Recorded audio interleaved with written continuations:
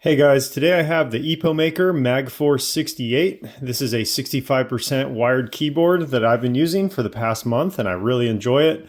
I want to thank Epomaker for providing this sample to me for my honest opinion, so today I'm going to give that to you. Inside the box you get the keyboard itself.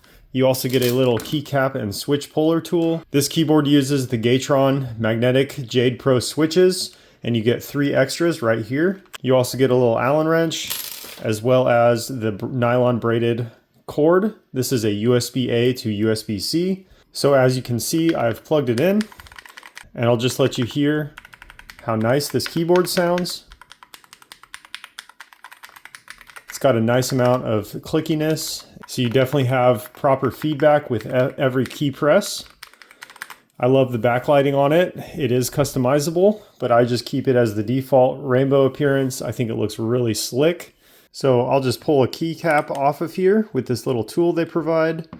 And you can see it just pops right off. And underneath you have a south-facing LED that is responsible for the backlighting. This is an aluminum framed keyboard. So this whole chassis is heavy and solid feeling. This is what I like about a keyboard. So when you have it on your desk and you're typing, it has a lot of weight to it, so it doesn't move around at all. The back is very plain, but it does have these rubber feet here that keep it in position while using it on your desktop. The actuation is adjustable and it has an 8K polling rate, so this is excellent for pretty much any purpose.